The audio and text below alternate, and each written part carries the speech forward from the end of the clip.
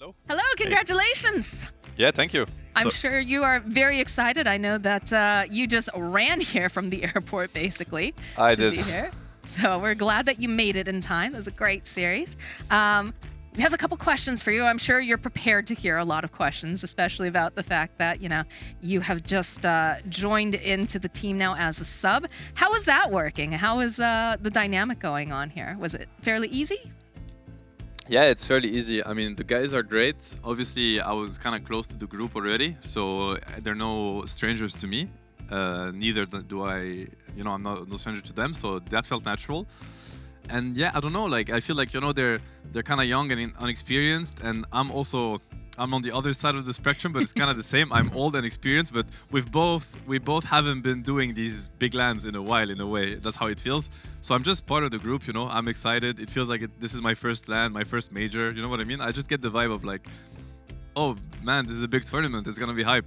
Yeah. So it's awesome. It feels that way for us too. It's very nostalgia. I assume Exactly. it's the same.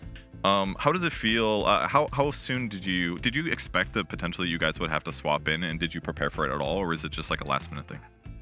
I mean, we have discussed the option because we're trying to think ahead, and obviously we understand that visas can be an issue given the war situation. So we thought about options, but I was not option A. I feel back then. So I said, yeah, sure, I could be down for it, but I don't know that I'm ready to, and it's also not the same role. And then we stopped talking about it, and then kind of a week ago or something, they were like, okay, it's happening, and it would really be good for the team if it could be you. So this is when I'm like, oh man, this actually become, I kind of started freaking out a bit because I'm like, it actually will happen. Then I just started to spam pubs, +5, try to get the groove, and yeah, I mean, it's slow, but I'm getting there. Did you manage to get in with any scrims or anything like that, or was it just straight up non-stop pubs? No, non-stop pubs, and we got I don't remember exactly, maybe 4 to 6 scrims, something like that. Okay. So it's good. I mean, it's a lot of experience for me. I also get a lot of help, massive help from Misha and Chuvash, our coach. It's funny, everything is swapped around, That's why I feel like the newbie getting in, and they're just telling me, hey, this is how things are done, and this is what you can do to. Yuragi is also actually helping me a lot on the lane. You can do that, I don't know. And then of course the Dota, the macro Dota it's natural for me. But when you play a specific role, especially at this level, there's a lot of micro things you need to know by heart, which I don't. Do you feel like where are those micro things hurting you more right now? Do you feel like it's laning stage or warding stuff in late game? All of that. Laning phase, warding, item build, starting item builds, whether to, lane more, start looking at rotations, and every single decision that you make, it impacts these decisions, right? It's like, if you buy a certain item and now you didn't think ahead and you have to start rotating, your whole game might be messed up, and vice versa.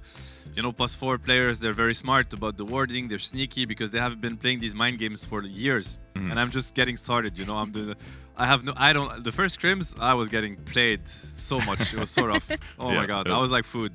They were playing with me. But now it's less and less, and hopefully by the time we're deep in the tournament, I can be on top of the game or even with them. I think for the first game, I think you had a great showing. In terms of, I know that you and No-Tail aren't as involved with the player strategy stuff on the team. So from my perspective, it sounds like they're developing their own thing and it's going really well. So what is it like to jump into that and to try to clash with your ideas?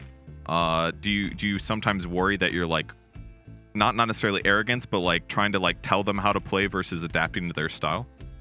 Yeah, I mean, you're raising the most important point and the one that's on my mind constantly. I actually happen to be, believe it or not, quite humble when it comes to these things. So I don't have the will to force any ideas, but I know that, Dota and the way I played and the playstyle that we had with the other OG is so deep into my DNA that whether I'm trying or not to do it, it just happens. So actually I'm focusing more on toning it down, and I'm really trying not to disrupt anything and support in whatever way I can. So at first I was very quiet. And now I think I'm finding the right balance between not disrupting, but also bringing value. And it's cool. It's definitely not my Dota in a way. I'm learning it. I mean that positively, I'm learning how they view the game and how they like to play the game. And I'm trying to fit in, and I think now it feels more comfortable. That's great. You know, the ability to be able to learn from each other. You know, you've got your young squad, and as you say, you're not old, but you're saying that, you know, you're the older person. I think that's very, very nice. And we definitely enjoyed seeing the way that you played in the series. The positioning was very, very interesting, especially as a Pugna and getting, you know, all of these different heroes that can close the gap. I do have one question, and it has to do with positioning. In this last game, there was a moment over in the mid lane when Yuragi was playing as Monkey King. He jumped up. Hi, Suns fan. After rupture. Right. After he got ruptured, and it was a moment where I feel like the comms must have been insane there, because he had just picked up, you know, one of those big items. He had the Desolator, and Beastcoast was collapsing on you guys. What was that like? Was that like Yuragi being very, very confident, saying, go, follow up? Because it felt like it came out of nowhere. And then you guys just got him with like a triple. It was awesome. I mean, these 3 core players, like the 3 of them, they're very instinctive in how they play, and it reminds me a lot of Ana in a way. Like, what I mean is, like, they don't break down necessarily everything in a fight. Like, they just go with the flow, and you just have to be very focused, very in the zone with them, and understand. Dota just speaks for itself, right? Like, I mean, he's backing off or he's going in, you just have to tag along, kind of, and just do your best to read the fight well and understand how he's reading it too. I like it, honestly. I think this is pure Dota, and it's what I enjoyed the most about the game. I think the most beautiful sequences I've ever been part of in Dota actually were rather quiet, which I think is the best state you can reach as a team, is where you actually don't need to break down anything unless just share important information. And there's a lot of that in that team, so it's very enjoyable.